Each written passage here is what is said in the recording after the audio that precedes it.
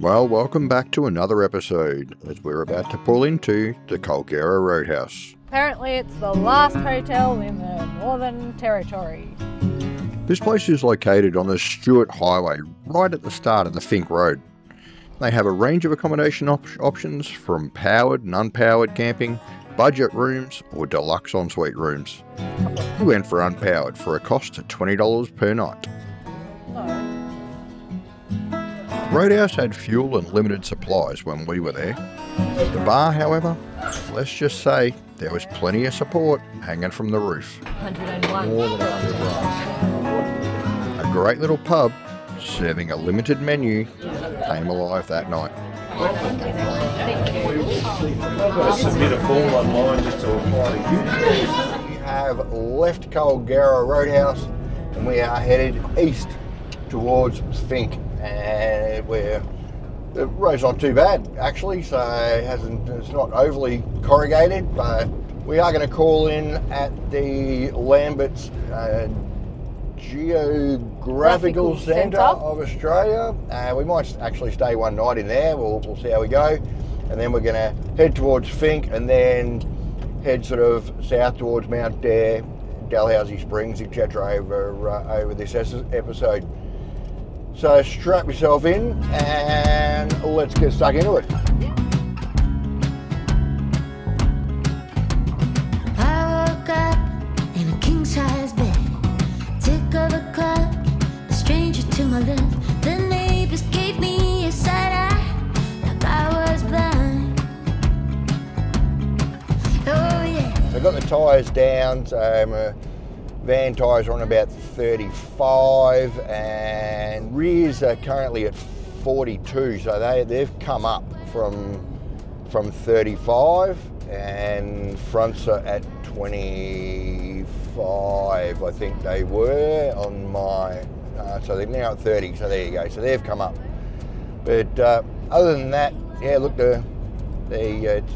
it's doing its job. It's absorbing the corrugations that are there and just making it a really comfortable road and taking that ease off the suspension as well. So all good, cruising along at between 70 and 80 k's an hour, but watching for those humps and dips and everything else that can go wrong. Trying to fit in, counting the days until I meet my future husband. I try to be kind to myself. I said, girl, you got this.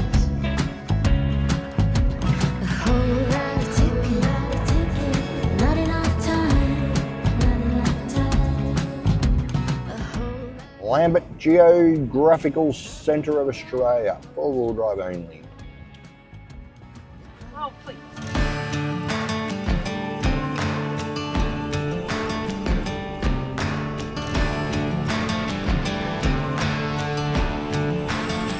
Tell me, baby, what's a man? Oh, what's a man? How are the corrugations going for you, babe? Definitely corrugated here as we head into Lambert Centre, and we can't quite There's a get car coming. enough speed to get over the top of them.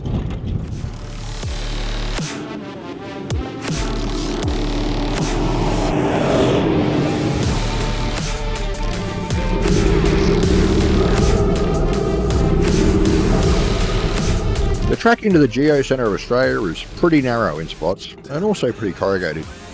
However, most of the way, you have two options of track. Pick the wrong one and you find yourself losing your teeth, or putting new pinstripes on the car and van.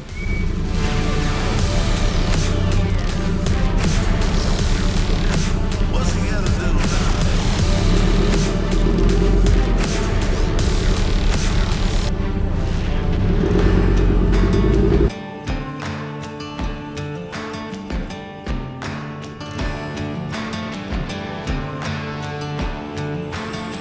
Tell me, baby, what's a man? At one point, we decided to change tracks and take the better option, which turned out to be a little wider, but not much better.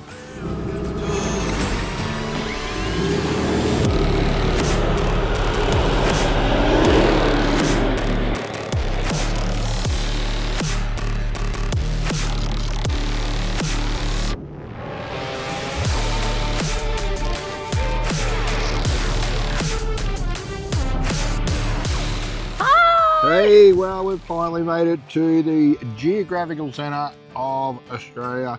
It's just us two here with 15,000 of our Lovely, friendliest friendly flies. flies. Man, they are everywhere. But Geographical Centre of Australia, theoretically, it is exactly in the centre of, I think, mainland Australia. I'm not sure whether it includes Tassie or not, but it was put here and named in honour of Dr. Bruce Lambert, who was an actual like a surveyor, and he was as director of Australia's Division of National Mapping. So there you go. So this was basically built as a replica of what's on top of Parliament House. Awesome to be here. Theoretically, this is the middle of Australia, and yeah, we got here. So Woo! Go us. So, we're camping here the night, and could be a quiet night. There is no one else here. Anyhow, we're actually all set up. Where are we? Up Over the there. back. Can't even see We're us. over there. Can't even see us behind the trees. But there's a couple of other plaques here as well. So we've got a lot of crap laid out here. But there is a visitor's book that you can sign, which sits in here, in there, and that keeps it nice and dry. There's a couple of other plaques just for kids. Put a plaque here in 2012 for a Gundi Windy via Uluru to Boulia. There's another plaque down there, which is Lambert Centre, Geographical Centre of Australia. This plaque was placed here to commemorate a four-wheel drive survey from Adelaide to the centre of Australia in April 1999 by a bunch of dudes. The Variety Bash have put their little plate there. What was that? That was Western Australia. The Great Desert Bash. 2009. So, yep, plus that's had a whole heap of stickers added to it. Variety Children's Charity of Queensland, 2025. That's only a new one. There you go. Oh, wow. And the Variety Bash, 2019. So, whole heap of other plaques here. Awesome to be here. Yeah. Great. We're going to probably enjoy a nice quiet night, I think. Oh, I reckon. Just us Just and us. all of our fly friends. Well, we might end up with, there's cows and kangaroos and maybe some horses wandering around. Maybe a camel. Maybe. A We camel? haven't seen a camel yet. Want to see a camel. Camels are about as mythical as bloody cassowaries, I tell you. Never seen a cassowary in the wild. Never seen a camel in the wild. So, yeah. Maybe. If you've ever seen a cassowary or camel in the wild, bang a photo in the comments. Be good to see. Anyhow, we're going to kick back, have a drink, and celebrate the moment. Woohoo! See ya!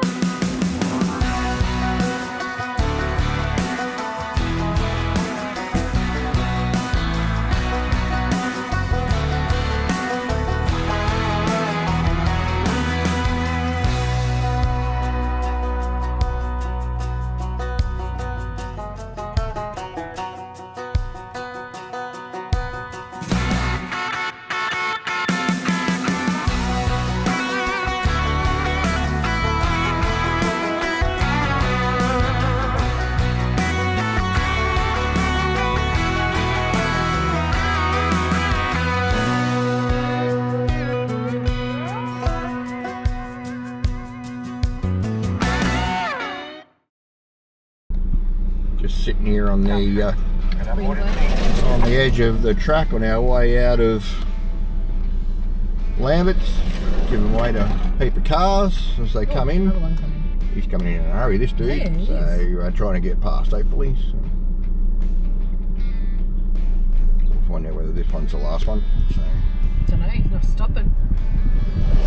Did the last? Yep, don't know. Thanks for checking. Was that the last one past the van, guys? Yep. All right, Roger. Thanks very much, guys. Have a lovely day.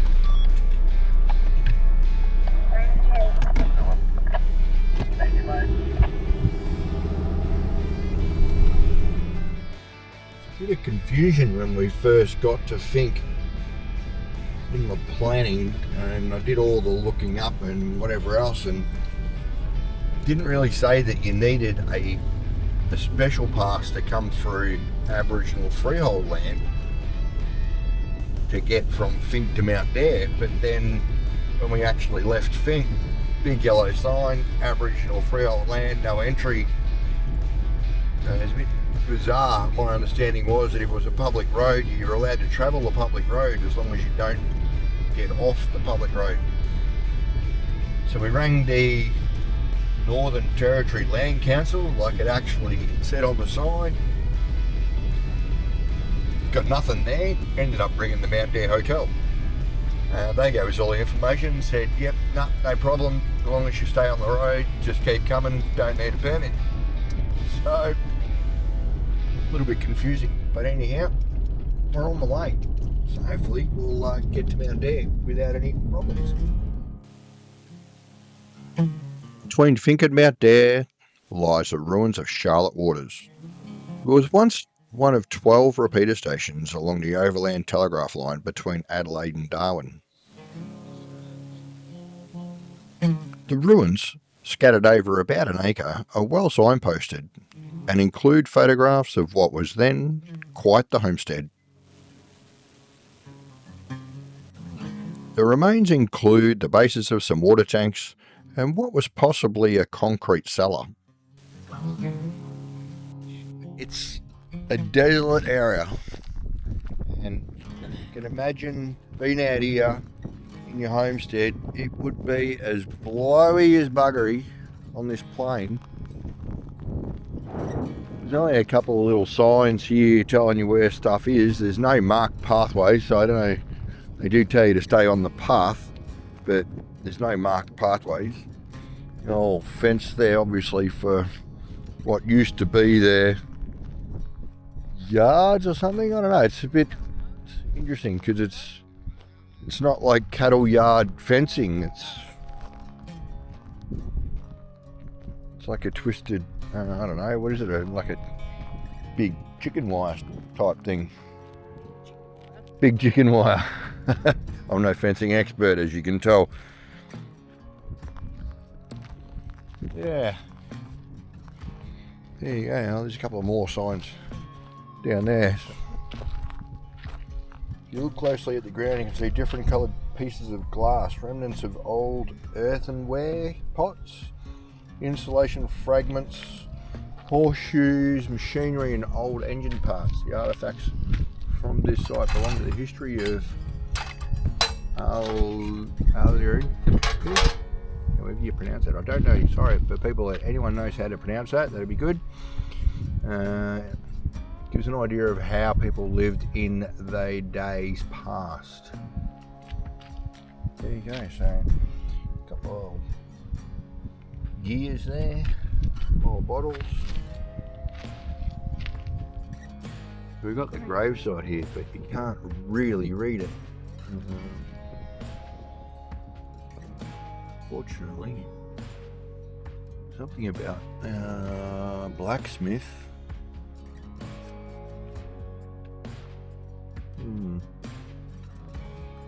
Might have to do some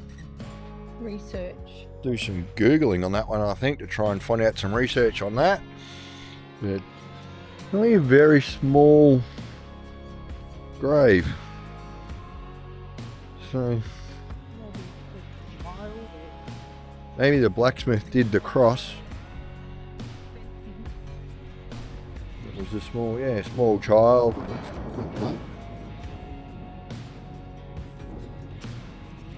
Yeah.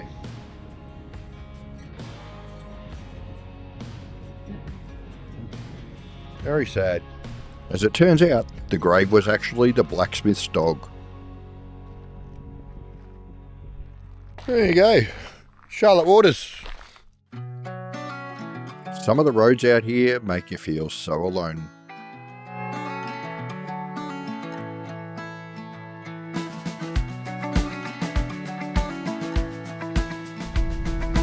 Big difference between the Geography side and South Australia side. That's a big ass box.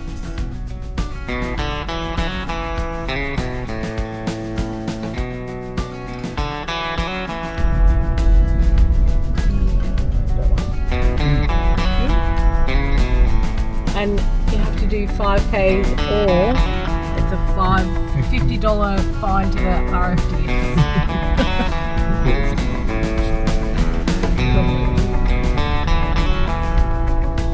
Well, Mount Dare Station or Mount Dare Hotel.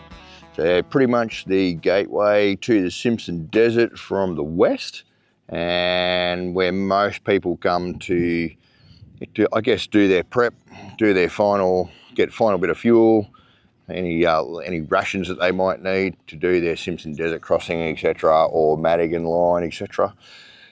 The most remote pub in Australia, as far as distance goes. They offer pretty good facilities. As far as we had a meal last night at the pub, it was quite good. We had a snitty, pretty much. It's a limited menu. Don't expect bloody massive menu because it takes a lot to get the food in here. But yeah, it's limited menu. Good conversations, good people. So you can get fuel. So it's currently $3 a litre. So it's August at the moment. What are we? 12th of August. $3 a litre.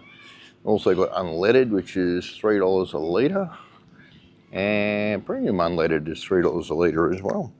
So if you're coming in your unleaded vehicle, there's a couple of cabins you can book.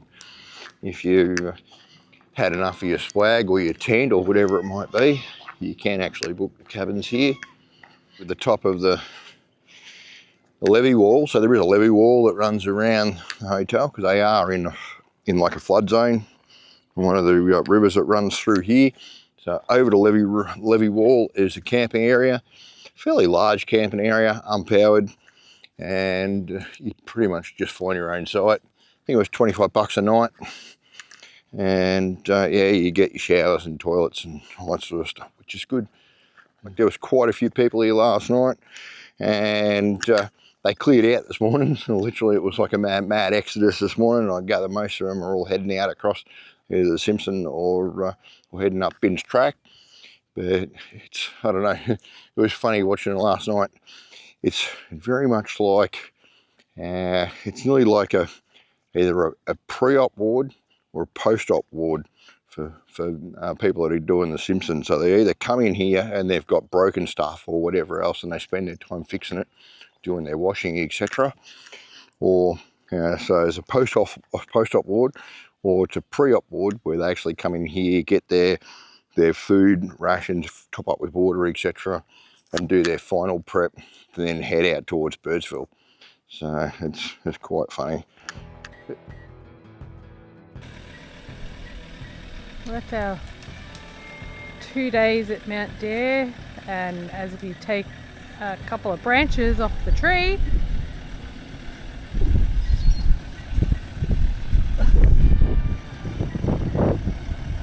a few more pinstripes,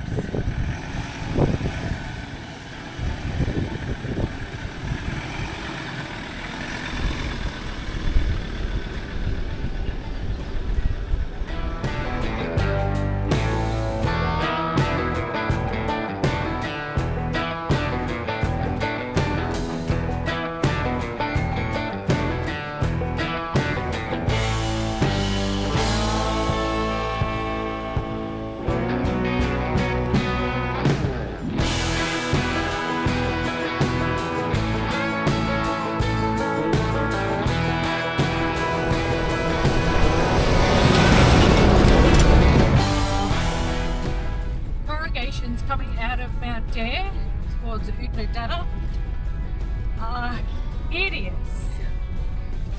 So we're about probably 10 minutes out of Mount Dare towards Dalhousie Springs. Literally looks like you're driving in a creek bed, which we probably are.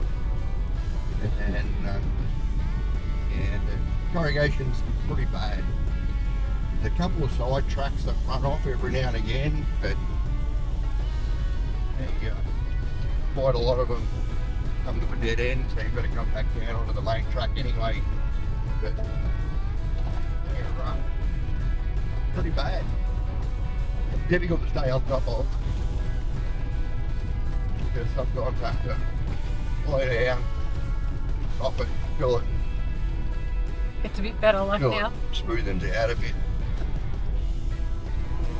Pretty bad.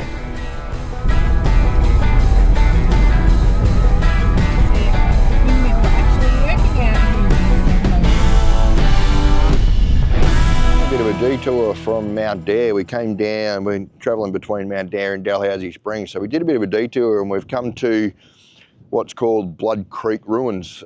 It's an old homestead ruins and the old windmill's still going strong up there. It's going pretty hard, but it's had the pump removed. You can still see up the top there that it's still pumping, but not a lot happening because the whole the bore's obviously dried up, or they've removed the pump from the bore.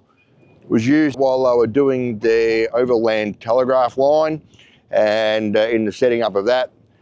So in 1898 they drilled this bore to 2,200 feet deep, 610.2 metres. So apparently the sub-artesian water rose, it came up, rose to 1,319 feet, and they used the windmill to bring the water the rest of the way up.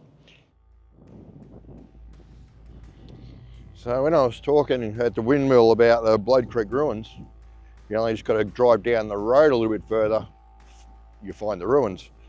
There's not a lot left of it here, so there's no remnants of the homestead, just a lot of the remnants left behind. There is a floor, like a base of a floor there. Old stove, broken to pieces. What looked to be an old plate or something like that.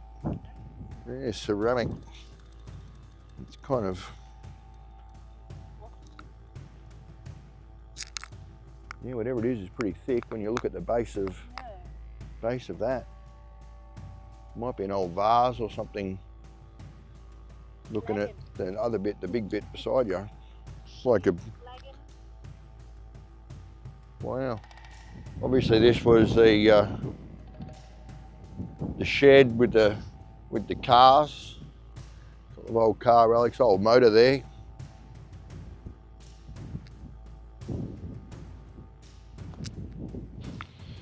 Nothing written on it, I can see.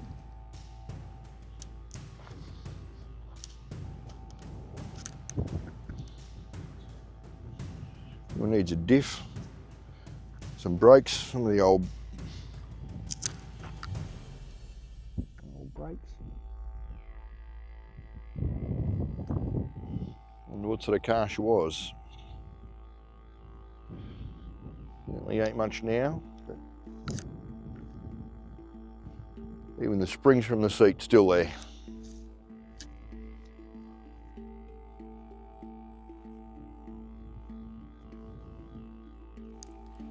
Oh, the purple glass. Purple glass. Wow. Obviously, I reckon that was probably like a glass. Like a shot glass? Yeah, shot glass or something. Did they do shots back then? Yes, they had whiskey and... Ah, whiskey shots. What's that one say? Only graves of early European settlers are dotted across the outback. Mary died in the tough conditions far away from the comforts of medicine help that are available today. At a site near here, you will find a lonely grave of Mary Bales, who died on the 12th of April 1897 in tragic circumstances. Mary was the wife of John Bales, who sunk the Blood Creek bore just back down the road. Mary, John and their 3 children were camped out at the banks of Blood Creek. One evening while John was out working, their tent caught fire after a candle overturned. Mary saved the children, but was badly burnt with her clothes catching alight. She died 2 days later. Mary's sad story highlights the hardship and the tragedies that challenged many early pioneers in the outback. Come a little bit further along the track and we've come to federal ruins, and they look like they were stockyards or something. Stockyards from the bygone era. These stockyards were built by local Aboriginal people who worked with early European pioneers to establish the region's pastoral industry. About all there is that we can find of federal ruins, really just the cattle yards. blows you away is the fact that, you know, we come out here, you drive for hours on shocking dirt roads and whatever else, because we're either travelling between two locations or whatever else, and we kind of do it for enjoyment. But these people, yeah, they came out here to live. They came out here to try and make a living, and they didn't do it in comfortable cars. They did it in horse and buggy, on horseback, potentially camels, and tried to make a living, whether it be on the overland telegraph line or cattle or whatever it was. Just amazing. Must have been so tough. so, oh, we're going to have dust in. I didn't put the dust thing Hang on. on. We've just established that we haven't put the dust cover on the door of the van. Oops. Oh. Whose responsibility is that Oopsie-daisy. usually? Mine. Oops, a daisy. See, I put it away and I forget about it.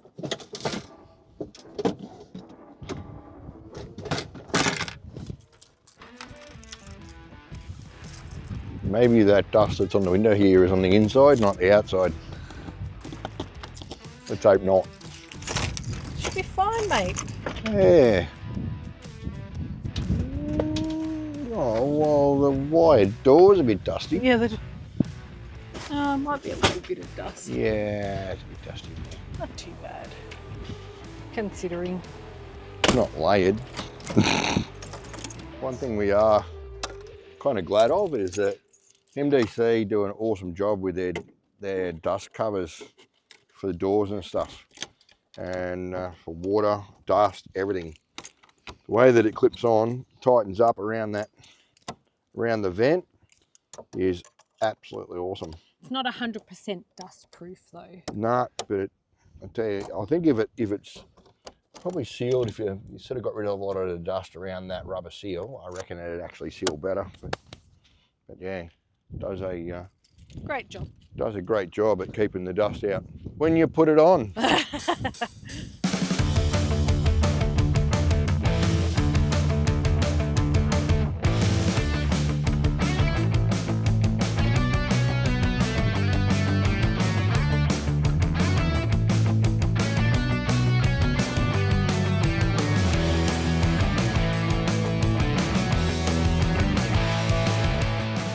A bit further along the track, we've come to, I think, what's called a Possum Waterhole, and we're just going to have a look. So it gives you a little bit of information here about being connected to country with the lower southern Arrernte people and the Wangangara people. They've maintained deep connection with their traditional country, and so the Bloods Creek area was an important place for the traditional owners, and apparently a lot of dreaming stories actually cross over here at, I imagine, between the two tribes or tribes of people.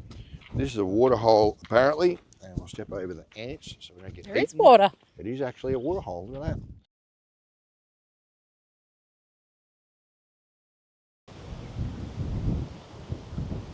That'll be us. Simpson Desert, let's go there. Birdsville. We are all set up here at Dalhousie Springs, and what is there left to do? Go for a dip. Put it in front of my Put face. it in front of your face. Go for a dip. Heading- And it's a heading 27 degree day today, and we're getting into a 37 degree heated water. Beautiful. Sounds like a plan. And the flies, horrendous. They're not too bad. But you get that. Anyhow, let's head over there for a dip. And I think we're the only ones that didn't come prepared with noodles. And we thought about it all the way and then didn't. Anyhow, hopefully there's some. I think there's usually some hanging around there, but if not, looks like we're treading water. Look at that.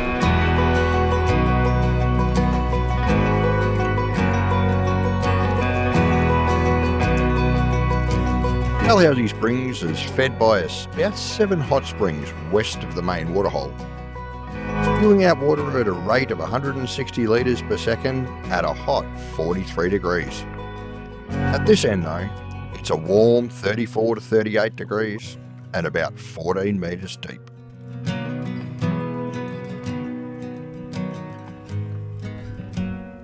There is one surprise, and that's the free skin treatment you get from these little guys, the Dalhousie GOBY. They're curious little fish that love to occasionally pick at human hairs. Look at them. Look at them all. Oh my god, that is the weirdest feeling. Oh, just standing on the slide is the weirdest feeling. That is weird as. It's like they're just bumping into you. That is sensational. 37 degrees, beautiful to get in, relaxing. Just hot very quickly though. Hot very quickly. But just have a look at it. In the middle of nowhere. Just can't say it enough. That was awesome. And We're in the pretty middle much of bum nowhere and you can get a hot spring. yeah. In the middle of Bum nowhere. pretty much sums it up, I reckon. Anyhow, there's a tick just gone in the bucket list, which is good, and we might be, I reckon, back over there for maybe a sunset dip. So, see what happens. Anyway, back to the van. Afternoon tea time. It's a tough gig, this. Time to leave Dalhousie Springs and head for Oodnadatta, Pink Roadhouse. They do have very good information here about dingo behaviour too, because there are actually dingoes in the area, so you got to watch out for. So the wood fire ban, so you can't have wood fires here, but they do provide toilets and showers, but they are drop toilets, and yeah, mosquitoes are a bastard. And you basically, if you go to the toilet, you get eaten alive by mosquitoes. Tam's got huge lumps where she's been bitten. And luckily, we had our own toilet anyway, so we ended up using that. There's plenty of information here that they put on the wall about what's going on, desert closures, etc., and all that sort of stuff, which the rangers write up. A pair of glasses which we found over near the spring, and then information about the desert, etc. So. And the good thing is there's also rubbish disposal. So on the way out there's actually a large bin that you can drop your rubbish in. So the showers here are cold showers, they're not hot showers, even though they've got a beautiful hot spring over there, but the showers are cold. But cold showers kind of, I reckon, are going to be nice after you get out of that hot spring over there. But other than that, yeah, there's basic facilities, and that's about all you need. There is a toilet out here as well. I haven't actually checked that one, but whether that one's any better than the ones that are inside. But apparently they are upgrading the facilities here at some stage. But so there is like a little parks office here, and so when you actually turn up at Dalhousie, you can come down if you haven't booked your campsite online or pre-booked it or whatever else. You can come in, basically find your site, etc., and because you have to book online, which makes it really difficult because there's no service here at all unless you've got Starlink or whatever else. But you've got plenty of information here about camping, and then they do also, around the corner here, provide you with a phone, so you can actually ring and book your camping on the phone as well, which is good. So yeah, so you get a free Telstra call, and I guess you can phone home if you want to. But yeah, so that's the little parks office, which is just down near the basically the exit through out to the Simpson Desert and out that way. We look like we're going that way, but we're actually not. We'll turn around. But I just wanted to come down and have a bit of a look at the hut. Love to do the Simpson Desert, but doing it with that thing is pretty much impossible and not recommended. So when we get ourselves properly decked out with rooftop tent and all the rest of it. That's all we have time for, but join us next time when we continue our journey south. We look around the old Dalhousie ruins before the roads get the rockiest we've seen. We check out Paderka sightings, stay a sleepless night at Oodnadatta before venturing out to the beautiful Painted Desert. If you haven't already, just click that subscribe and the like button to let us know you're enjoying our content. And don't forget our socials. See you next week.